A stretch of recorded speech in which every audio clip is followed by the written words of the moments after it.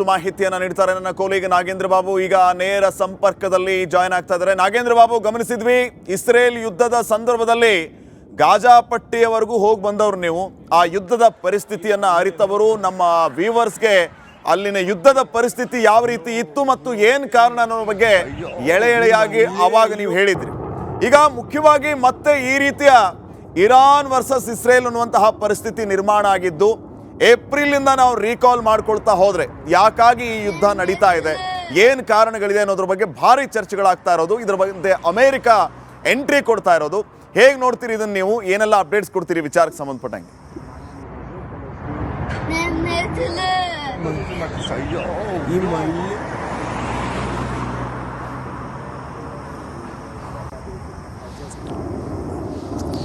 ಶ್ರೀಪಾದ್, ನೋಡಿ, ಇವತ್ತಿನ ಈ ಕ್ಷಣದ ಒಂದು ಅಲ್ಲಿನ ದಾಳಿಯ ದೃಶ್ಯಾವಳಿಗಳನ್ನು ಗಮನಿಸ್ತಾ ಹೋಗೋದಾದ್ರೆ ನಿಜಕ್ಕೂ ಕೂಡ ಮುಂದಿನ ದಿನಗಳಲ್ಲಿ ಮೂರನೇ ಮಹಾಯುದ್ಧ ಆರಂಭ ಆಗುತ್ತಾ ಅನ್ನುವ ಹಂತಕ್ಕೆ ತೆಗೆದುಕೊಂಡು ಹೋಗ್ಬಿಡುತ್ತೆ. ಯಾಕೆ ಅಂತಂದ್ರೆ ನೋಡಿ, ಇರಾನ್ ಮತ್ತೆ ಹಿಜ್ಬುಲ್ಲಾ ಆಗಿರ್ಬೋದು, ಲೆಬನಾನ್ ಆಗಿರ್ಬೋದು, ವೆಸ್ಟ್ ಬ್ಯಾಂಕ್ ಆಗಿರ್ಬೋದು, ಇವರೆಲ್ಲರೂ ಕೂಡ ಬಹಳ ವರ್ಷಗಳಿಂದ ಇಸ್ರೇಲ್ನ ಮೇಲೆ ಕತ್ತಿಯನ್ನ ಮಸ್ತಾ ಬರ್ತಾ ಇದ್ರು. ಇಸ್ರೇಲ್ ಕೂಡ ಅದೇ ರೀತಿಯಾಗಿ ಪ್ರಬಲವಾದಂತಹ ತಿರುಗೇಟನ್ನ ಕೊಡ್ತಾ ಬರ್ತಾ ಇತ್ತು. ಕಳೆದ ವರ್ಷ ಆದಂತಹ ದಾಳಿ ಇದೆಯಲ್ಲ, ಅದು ಇವತ್ತಿಗೂ ಕೂಡ ಇಸ್ರೇಲ್ನ IDF ನ ಪ್ರತಿಯೊಬ್ಬ ಸೈನಿಕರು ಕೂಡ, ಅಂದ್ರೆ ಇಸ್ರೇಲ್ ಡಿಫೆನ್ಸ್ ಫೋರ್ಸ್ ನ ಪ್ರತಿಯೊಬ್ಬ ಸೈನಿಕರು ಕೂಡ ಮರೆಯೋದಕ್ಕೆ ಸಾಧ್ಯನೇ ಇಲ್ಲ. ನೋಡಿ, ಗಾಜಾ ಪಟ್ಟಿಯಿಂದ ಹಮಾಸ್ ಬಂಡುಕೋರರು ಒಳ ನುಸುಳಿಕೊಂಡು ಬಂದು ಸಾಕಷ್ಟು ಸಂಖ್ಯೆಯಲ್ಲಿ, ಸಾವಿರಾರು ಸಂಖ್ಯೆಯಲ್ಲಿ ಇಸ್ರೇಲಿಗರನ್ನ ಕಿಡ್ನಾಪ್ ಮಾಡ್ಕೊಂಡು ಹೋಗಿ ಅದರಲ್ಲಿ ಎಷ್ಟೋ ಜನರ ಒಂದು ನರಭೇದವನ್ನ ಮಾಡುವಂತ ಕೆಲಸವನ್ನ ಮಾಡಿದ್ರು. ಅಷ್ಟೇ ಅಲ್ಲದೆ ಗಾಜಾ ಪಟ್ಟಿಯ ಒಳಗಡೆ ಟನಲ್ಗಳನ್ನು ನಿರ್ಮಾಣ ಮಾಡಿಕೊಂಡು ಒಂದು ಸಂಚನ್ನು ರೂಪಿಸಿ ಎಲ್ಲವೂ ಕೂಡ ಪ್ಲಾನ್ ಅನ್ನ ಮಾಡಿಕೊಂಡು ಸುಮಾರು ತಿಂಗಳಂದ್ರೆ 2-3 ತಿಂಗಳ ಕಾಲ ನಿರಂತರವಾಗಿ ದಾಳಿಯನ್ನ ಮಾಡ್ತಾ ಬಂದಿದ್ರು. ಆದ್ರೆ ಸುಮಾರು ಈಗಲೂ ಕೂಡ ಗಾಜಾ ಮತ್ತು ಇಸ್ರೇಲ್ ನಡುವೆ ಆಗಾಗ ಈ ಹಮಾಸ್ ಬಂಡುಕೋರರು ಹಾಗೆ ಇಸ್ರೇಲ್ನ IDF ನಡುವೆ ಆಗಾಗ ಒಂದಷ್ಟು ಕಾಳಗಳು ಕೂಡ ನಡೀತಾ ಬರ್ತಾ ಇತ್ತು. ಆದ್ರೆ ಯಾವಾಗ ಇಸ್ರೇಲ್ನ IDF ಅಂದ್ರೆ ಇಸ್ರೇಲ್ ಡಿಫೆನ್ಸ್ ಫೋರ್ಸ್ನ ಎಲ್ಲರೂ ಕೂಡ ಸೇರಿಕೊಂಡು ಹೆಜ್ಬುಲ್ಲಾ ನಾಯಕನನ್ನ ಹತ್ಯೆ ಮಾಡುತ್ತೋ, ಈ ಹತ್ಯೆಗೆ ಪ್ರತೀಕಾರವನ್ನ ತೀರಿಸಿಕೊಳ್ಳೋದಾಗಿ ಇರಾನ್ ಮೊದಲೇ ಎಚ್ಚರಿಕೆಯನ್ನ ಕೊಟ್ಟಿತ್ತು. ನೋಡಿ, ಇಸ್ರೇಲ್ ಇರುವಂಥ ಜಾಗ ಇದೆಯಲ್ಲ, ಇಸ್ರೇಲ್ನ ಸುತ್ತಲೂ ಕೂಡ ನೋಡಿ ಗಮನಿಸ್ತಾ ಹೋಗೋದಾದ್ರೆ ಒಂದು ಕಡೆ ಲೆಬನಾನ್ ಇದೆ, ಮತ್ತೊಂದು ಕಡೆ ಇರಾನ್ ಇರುವಂಥದ್ದು, ಮತ್ತೊಂದು ಕಡೆ ವೆಸ್ಟ್ ಬ್ಯಾಂಕ್ ಇದೆ, ಈ ಭಾಗದಲ್ಲಿ ಗಾಜಾ ಸ್ಟ್ರಿಪ್ ಇರುವಂಥದ್ದು. ಎಲ್ಲ ಭಾಗದಿಂದಲೂ ಕೂಡ ಇಸ್ರೇಲ್ ಮೇಲೆ ಟಾರ್ಗೆಟ್ ಅನ್ನ ಮಾಡ್ತಾನೆ ಬರ್ತಾ ಇತ್ತು. ಆದರೆ ಇಸ್ರೇಲ್ಗೆ ಇದ್ದಂಥ ಒಂದು ಟಾರ್ಗೆಟ್ ಏನು ಅಂತಂದ್ರೆ ಹಮಾಸ್ನ ಮುಖ್ಯಸ್ಥರನ್ನ ಸದಬಡಿಯೋದು, ಜೊತೆಗೆ ಹೆಜ್ಬುಲ್ಲಾ ಕೂಡ ಕಳೆದ ಬಾರಿ ನಡೆದಂತಹ ಯುದ್ಧದ ಸಂದರ್ಭದಲ್ಲಿ ಲೆಬನಾನ್ ಕಡೆಯಿಂದ ಹೆಜ್ಬುಲ್ಲಾ ಅಟ್ಯಾಕ್ ಅನ್ನ ಮಾಡ್ತಾ ಬರ್ತಾ ಇತ್ತು. ಸೊ ಹೆಜ್ಬುಲ್ಲಾದ ಮುಖ್ಯಸ್ಥನನ್ನ ಈಗ ಇಸ್ರೇಲ್ ಕಳೆದ ವಾರವಷ್ಟೇ ಹೊಡೆದು ಉರುಳಿಸಿತ್ತು. ಹೆಜ್ಬುಲ್ಲಾದ ಪ್ರಮುಖ ಒಂದು ಆಪರೇಷನ್ ಬೇಸ್ಗಳನ್ನ ಹೊಡೆದು ಉರುಳಿಸುವಂತ ಕೆಲಸವನ್ನ ಇಸ್ರೇಲ್ ಮಾಡಿತ್ತು. ಏರ್ ಸ್ಟ್ರೈಕ್ ಮಾಡುವ ಮೂಲಕ ಎಲ್ಲವನ್ನು ಕೂಡ ಧ್ವಂಸ ಮಾಡುವಂತ ಕೆಲಸವನ್ನ ಇಸ್ರೇಲ್ ಮಾಡ್ತಾ ಬರ್ತಾ ಇತ್ತು. ಯಾಕೆಂತಂದ್ರೆ ಯಾವತ್ತಿದ್ರೂ ಕೂಡ ಹೆಜ್ಬುಲ್ಲಾ ಕಡೆಯಿಂದ ನಮಗೆ ಒಂದು ಸಂಚು ರೂಪಿಸಿ ನಮಗೆ ಟಾರ್ಗೆಟ್ ಮಾಡಿ ನಮಗೆ ಹೊಡೆಯುವಂಥ ಕೆಲಸವನ್ನ ಹಿಜ್ಬುಲ್ಲಾ ಮಾಡುತ್ತೆ ಅಂತೇಳಿ ಅರಿತಿದ್ದಂತಹ ಒಂದು ಇಸ್ರೇಲ್ನ IDF ಆ ಒಂದು ಏರ್ ಬೇಸ್ಗಳಾಗಿರ್ಬೋದು, ಆಪರೇಷನ್ ಬೇಸ್ಗಳಾಗಿರ್ಬೋದು, ಎಲ್ಲದರವನ್ನು ಕೂಡ ಟಾರ್ಗೆಟ್ ಅನ್ನ ಮಾಡಿ ಹೊಡೆದು ಉಳಿಸುವಂಥ ಕೆಲಸವನ್ನ ಇಸ್ರೇಲ್ ಮಾಡಿತ್ತು. ಇದೇ ಸಂದರ್ಭದಲ್ಲಿ ಹೆಜ್ಬುಲ್ಲಾ ನಾಯಕರನ್ನ ಹುಡುಕಿ ಹತ್ಯೆ ಮಾಡುವಂಥ ಕೆಲಸವನ್ನ ಕೂಡ ಮಾಡಿತ್ತು ಶ್ರೀಪಾದ್. ಹಾಗಾಗಿ ಈಗ ಪ್ರಮುಖವಾಗಿ ನೋಡಿ, ಹಿಜ್ಬುಲ್ಲಾ ಹೇಳ್ಕೊಂಡು ಬಂದಿತ್ತು, ನಾವು ಇರಾನ್ ಕಡೆಯಿಂದ ದಾಳಿಯನ್ನ ಮಾಡೇ ಮಾಡ್ತೀವಿ, ನಮ್ಮ ಹೆಜ್ಬುಲ್ಲಾ ಮುಖ್ಯಸ್ಥನನ್ನ ಕೊಂದಂಥ ಪ್ರತೀಕಾರವಾಗಿ ನಾವು ದಾಳಿಯನ್ನು ನಡೆಸ್ತೀವಿ ಅಂತ ಕೂಡ ತಿಳಿಸಿತ್ತು. ಆದರೆ ಈ ಮಟ್ಟಕ್ಕೆ ಇಷ್ಟು ಬೇಗ ಇಸ್ರೇಲ್ ಮೇಲೆ ದಾಳಿ ಆಗುತ್ತೆ ಅಂತೇಳಿ ಯಾರು ಕೂಡ ಊಹೆ ಮಾಡಿರಲಿಲ್ಲ. ಇಸ್ರೇಲ್ನ ಪ್ರಮುಖವಾದಂಥ ಸ್ಥಳಗಳಲ್ಲಿ ಜೆರುಸಲೆಮ್ ಅನ್ನ ಒಂದು ಪ್ಲೇಸ್ ಬಿಟ್ರೆ ಮತ್ತೊಂದು ಟೆಲ್ ಅವೀವಾ. ಈ ಒಂದು ಟೆಲ್ ಅವೀವಾದಲ್ಲಿರುವಂಥ ಒಂದು ಏರ್ಪೋರ್ಟ್ ಏನಿದೆ, ಇಸ್ರೇಲ್ಗೆ ಕನೆಕ್ಟ್ ಮಾಡುವಂಥ ಪ್ರಮುಖವಾದಂಥ ಸ್ಥಳ ಅಂತಂದ್ರೆ ಅದು ಟೆಲ್ ಅವೀವಾ.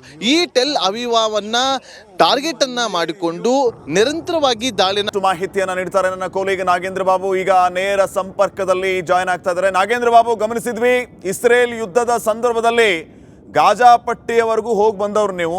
ಆ ಯುದ್ಧದ ಪರಿಸ್ಥಿತಿಯನ್ನ ಅರಿತವರು ನಮ್ಮ ವ್ಯೂವರ್ಸ್ಗೆ ಅಲ್ಲಿನ ಯುದ್ಧದ ಪರಿಸ್ಥಿತಿ ಯಾವ ರೀತಿ ಇತ್ತು ಮತ್ತು ಏನು ಕಾರಣ ಅನ್ನೋ ಬಗ್ಗೆ ಎಳೆಯಾಗಿ ಆವಾಗ ನೀವು ಹೇಳಿದ್ರಿ.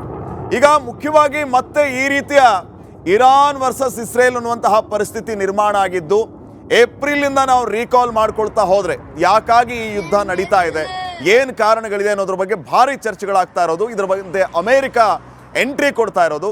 ಹೇಗೆ ನೋಡ್ತೀರಿ ಇದನ್ನು ನೀವು? ಏನೆಲ್ಲ ಅಪ್ಡೇಟ್ಸ್ ಕೊಡ್ತೀರಿ ವಿಚಾರಕ್ಕೆ ಸಂಬಂಧಪಟ್ಟಂಗೆ?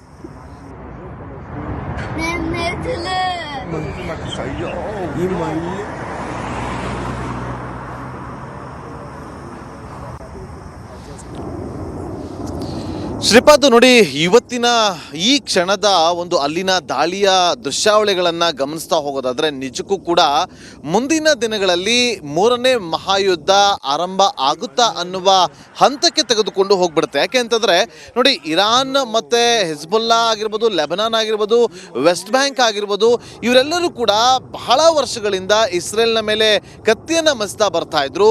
ಇಸ್ರೇಲ್ ಕೂಡ ಅದೇ ರೀತಿಯಾಗಿ ಪ್ರಬಲವಾದಂತಹ ತಿರುಗೇಟನ್ನ ಕೊಡ್ತಾ ಬರ್ತಾ ಇತ್ತು. ಕಳೆದ ವರ್ಷ ಆದಂತಹ ದಾಳಿ ಇದೆಯಲ್ಲ, ಅದು ಇವತ್ತಿಗೂ ಕೂಡ ಇಸ್ರೇಲ್ನ IDF ನ ಪ್ರತಿಯೊಬ್ಬ ಸೈನಿಕರು ಕೂಡ, ಅಂದ್ರೆ ಇಸ್ರೇಲ್ ಡಿಫೆನ್ಸ್ ಫೋರ್ಸ್ ನ ಪ್ರತಿಯೊಬ್ಬ ಸೈನಿಕರು ಕೂಡ ಮರೆಯೋದಕ್ಕೆ ಸಾಧ್ಯನೇ ಇಲ್ಲ. ನೋಡಿ, ಗಾಜಾ ಪಟ್ಟಿಯಿಂದ ಹಮಾಸ್ ಬಂಡುಕೋರರು ಒಳ ನುಸುಳಿಕೊಂಡು ಬಂದು ಸಾಕಷ್ಟು ಸಂಖ್ಯೆಯಲ್ಲಿ, ಸಾವಿರಾರು ಸಂಖ್ಯೆಯಲ್ಲಿ ಇಸ್ರೇಲಿಗರನ್ನ ಕಿಡ್ನಾಪ್ ಮಾಡ್ಕೊಂಡು ಹೋಗಿ ಅದರಲ್ಲಿ ಎಷ್ಟೋ ಜನರ ಒಂದು ನರಮೇಧವನ್ನು ಮಾಡುವಂಥ ಕೆಲಸವನ್ನ ಮಾಡಿದ್ರು. ಅಷ್ಟೇ ಅಲ್ಲದೆ ಗಾಜಾ ಪಟ್ಟಿಯ ಒಳಗಡೆ ಟನಲ್ಗಳನ್ನು ನಿರ್ಮಾಣ ಮಾಡಿಕೊಂಡು ಒಂದು ಸಂಚನ್ನು ರೂಪಿಸಿ ಎಲ್ಲವೂ ಕೂಡ ಪ್ಲಾನ್ ಅನ್ನ ಮಾಡಿಕೊಂಡು ಸುಮಾರು ತಿಂಗಳಂದ್ರೆ 2-3 ತಿಂಗಳ ಕಾಲ ನಿರಂತರವಾಗಿ ದಾಳಿಯನ್ನ ಮಾಡ್ತಾ ಬಂದಿದ್ರು. ಆದ್ರೆ ಸುಮಾರು ಈಗಲೂ ಕೂಡ ಗಾಜಾ ಮತ್ತು ಇಸ್ರೇಲ್ ನಡುವೆ ಆಗಾಗ ಈ ಹಮಾಸ್ ಬಂಡುಕೋರರು ಹಾಗೆ ಇಸ್ರೇಲ್ನ IDF ನಡುವೆ ಆಗಾಗ ಒಂದಷ್ಟು ಕಾಳಗಗಳು ಕೂಡ ನಡೀತಾ ಬರ್ತಾ ಇತ್ತು. ಆದ್ರೆ ಯಾವಾಗ ಇಸ್ರೇಲ್ನ IDF ಅಂದ್ರೆ ಇಸ್ರೇಲ್ ಡಿಫೆನ್ಸ್ ಫೋರ್ಸ್ನ ಎಲ್ಲರೂ ಕೂಡ ಸೇರಿಕೊಂಡು ಹೆಜ್ಬುಲ್ಲಾ ನಾಯಕನನ್ನ ಹತ್ಯೆ ಮಾಡುತ್ತೋ, ಈ ಹತ್ಯೆಗೆ ಪ್ರತೀಕಾರವನ್ನ ತೀರಿಸಿಕೊಳ್ಳೋದಾಗಿ ಇರಾನ್ ಮೊದಲೇ ಎಚ್ಚರಿಕೆಯನ್ನ ಕೊಟ್ಟಿತ್ತು. ನೋಡಿ, ಇಸ್ರೇಲ್ ಇರುವಂಥ ಜಾಗ ಇದೆಯಲ್ಲ, ಇಸ್ರೇಲ್ನ ಸುತ್ತಲೂ ಕೂಡ ನೋಡಿ ಗಮನಿಸ್ತಾ ಹೋಗೋದಾದ್ರೆ ಒಂದು ಕಡೆ ಲೆಬನಾನ್ ಇದೆ, ಮತ್ತೊಂದು ಕಡೆ ಇರಾನ್ ಇರುವಂಥದ್ದು, ಮತ್ತೊಂದು ಕಡೆ ವೆಸ್ಟ್ ಬ್ಯಾಂಕ್ ಇದೆ, ಈ ಭಾಗದಲ್ಲಿ ಗಾಜಾ ಸ್ಟ್ರಿಪ್ ಇರುವಂಥದ್ದು. ಎಲ್ಲ ಭಾಗದಿಂದಲೂ ಕೂಡ ಇಸ್ರೇಲ್ ಮೇಲೆ ಟಾರ್ಗೆಟ್ ಅನ್ನ ಮಾಡ್ತಾನೆ ಬರ್ತಾ ಇತ್ತು. ಆದರೆ ಇಸ್ರೇಲ್ಗೆ ಇದ್ದಂಥ ಒಂದು ಟಾರ್ಗೆಟ್ ಏನು ಅಂತಂದ್ರೆ ಹಮಾಸ್ನ ಮುಖ್ಯಸ್ಥರನ್ನ ಸದಬಡಿಯೋದು, ಜೊತೆಗೆ ಹೆಜ್ಬುಲ್ಲಾ ಕೂಡ ಕಳೆದ ಬಾರಿ ನಡೆದಂತಹ ಯುದ್ಧದ ಸಂದರ್ಭದಲ್ಲಿ ಲೆಬನಾನ್ ಕಡೆಯಿಂದ ಹೆಜ್ಬುಲ್ಲಾ ಅಟ್ಯಾಕ್ ಅನ್ನ ಮಾಡ್ತಾ ಬರ್ತಾ ಇತ್ತು. ಸೊ ಹೆಜ್ಬುಲ್ಲಾದ ಮುಖ್ಯಸ್ಥನನ್ನ ಈಗ ಇಸ್ರೇಲ್ ಕಳೆದ ವಾರವಷ್ಟೇ ಹೊಡೆದು ಉರುಳಿಸಿತ್ತು. ಹೆಜ್ಬುಲ್ಲಾದ ಪ್ರಮುಖ ಒಂದು ಆಪರೇಷನ್ ಬೇಸ್ಗಳನ್ನ ಹೊಡೆದು ಉರುಳಿಸುವಂತ ಕೆಲಸವನ್ನ ಇಸ್ರೇಲ್ ಮಾಡಿತ್ತು. ಏರ್ ಸ್ಟ್ರೈಕ್ ಮಾಡುವ ಮೂಲಕ ಎಲ್ಲವನ್ನು ಕೂಡ ಧ್ವಂಸ ಮಾಡುವಂತ ಕೆಲಸವನ್ನ ಇಸ್ರೇಲ್ ಮಾಡ್ತಾ ಬರ್ತಾ ಇತ್ತು. ಯಾಕೆಂತಂದ್ರೆ ಯಾವತ್ತಿದ್ರೂ ಕೂಡ ಹೆಜ್ಬುಲ್ಲಾ ಕಡೆಯಿಂದ ನಮಗೆ ಒಂದು ಸಂಚು ರೂಪಿಸಿ ನಮಗೆ ಟಾರ್ಗೆಟ್ ಮಾಡಿ ನಮಗೆ ಹೊಡೆಯುವಂಥ ಕೆಲಸವನ್ನ ಹಿಜ್ಬುಲ್ಲಾ ಮಾಡುತ್ತೆ ಅಂತೇಳಿ ಅರಿತಿದ್ದಂತಹ ಒಂದು ಇಸ್ರೇಲ್ನ IDF ಆ ಒಂದು ಏರ್ ಬೇಸ್ಗಳಾಗಿರ್ಬೋದು, ಆಪರೇಷನ್ ಬೇಸ್ಗಳಾಗಿರ್ಬೋದು, ಎಲ್ಲದರವನ್ನು ಕೂಡ ಟಾರ್ಗೆಟ್ ಅನ್ನ ಮಾಡಿ ಹೊಡೆದು ಉಳಿಸುವಂಥ ಕೆಲಸವನ್ನ ಇಸ್ರೇಲ್ ಮಾಡಿತ್ತು. ಇದೇ ಸಂದರ್ಭದಲ್ಲಿ ಹೆಜ್ಬುಲ್ಲಾ ನಾಯಕರನ್ನ ಹುಡುಕಿ ಹತ್ಯೆ ಮಾಡುವಂಥ ಕೆಲಸವನ್ನ ಕೂಡ ಮಾಡಿತ್ತು ಶ್ರೀಪಾದ್.